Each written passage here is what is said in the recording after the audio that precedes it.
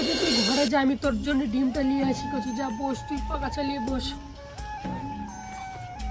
আজকে আমি এত খুশি, কি করে বোঝাবো আল্লাহ, আমি খুব খুশি। আমার ছেলে বাড়ি এসেছে, আমার ছেলে কি খাওয়ালে ভালো হয়।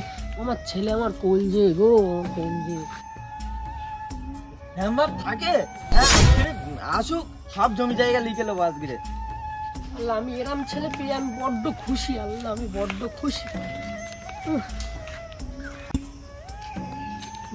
আরে চাচা। আরে খোকা বল। কি ব্যাপার, ছেলে বাড়িতে খুব খুশি তো? হ্যাঁ কচি, সে তো খুশি তো হবো। আমার অন্তরের ছেলে, আমার ছেলেটা খুব ভালোবাসে, আমার সাধনা করা ছেলে। ছেলে বাড়ি আসাতে আমি খুশি হব না বল? আমি খুব খুশি আজকে রে। চাচা একটা কথা বলবো? বল। তোমার ছেলে তোমার সাথে এত খারাপ ব্যবহার করছে, তোমার দুঃখ লাগছে না? আরে কচি, দুঃখ কেন লাগবে বল? আমার ছেলে কাজের থেকে বাড়ি এসেছিল তো, রোদ দূরে অনেক ওর কষ্ট হয়ে গেছিলো, ওই কারণে আমার সঙ্গে ওরকম করেছে। আমার ছেলে খুব ভালো, আমার খুব ভালোবাসে, জানিস নি কচি?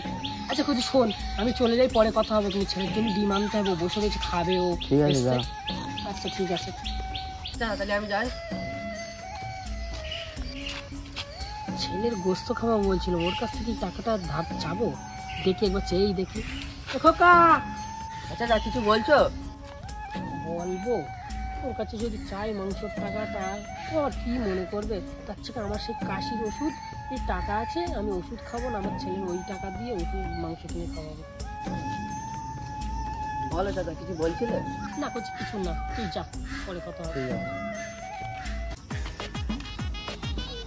বেচা কেনা হয় না, সে চাচার কাছে টাকাটাও পায়। চাচার ছেলে বাড়ি আসলে বলে না টাকাটা দেবো, দেখি কবে দেয়। ওই তো চাচা এসতেছে।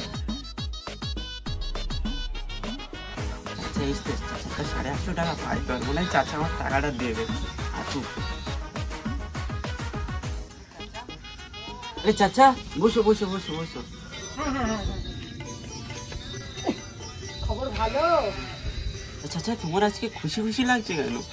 বলছি জানিস আজকে খুশি, আমার ছেলে বাড়ি এসেছে আজকে। তাহলে আজকে মাল পাওয়া ভালোই হয়েছে। তোর আর কোনো চিন্তা করতে হবে না টাকা পয়সা, আমার ছেলে বাড়ি এসেছে, ওরে বলবো তোর দোকানের টাকা সব আজকে মিটিয়ে যাবে, জানিস তো।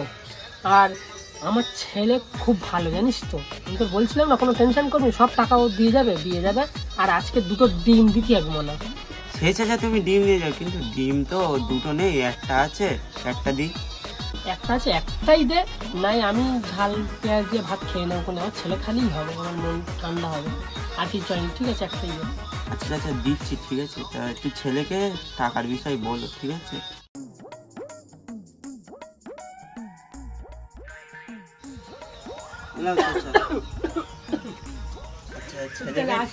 ছেলেকে একটু টাকার বিষয় বলবো।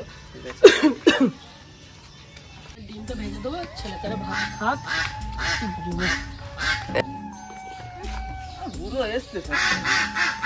কোথায় যাচ্ছিস? শোন, এই ডিম সিদ্ধ করে দিচ্ছি, চ তুই ভাত খেলে। হ্যাঁ কিছু করে দিবে না, এনে ডিম দিয়ে ভাত খাওয়াতে এসে।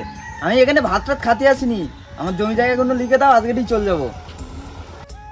করছি তোর আমি বাপ না, তুই আমার এরম করতেছিস বল? আর তুই জমি জায়গার কথা বলতে, এই ভিটা বাড়ি ছাড়া কি আছে? আমি কোথায় থাকবো বল? তোর যদি লিখে দেয়, আমার জন্য কি তোর একটু কষ্ট? গায়ে হাত দিচ্ছ কেন?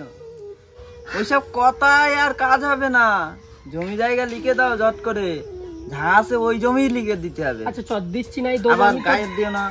যা, তোর গায়ে হাত দেবো না, এখন বড় হয়ে গেছিস তো, বাপের কোনো দাম নেই তোর, আমি মানুষ করছি, গায়ে হাত দিয়ে গা থেকে বড় হয়ে গেছিস।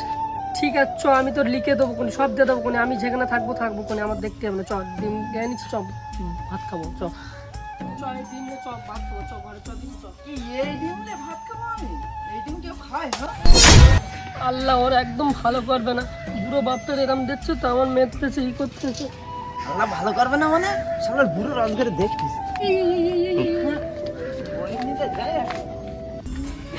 বয়স্ক বাপ আমার মেয়ে, তোর কি মনে একদম মায়া দেয়নি? আল্লাহ তুমি ওর হেদায়েত করো আল্লাহ, আল্লাহ আমার ছেলে তো মরে যাবে, তো ওর রোগ ব্যাধি হয়ে যাবে, এরকম ভাবে চলে যাবে।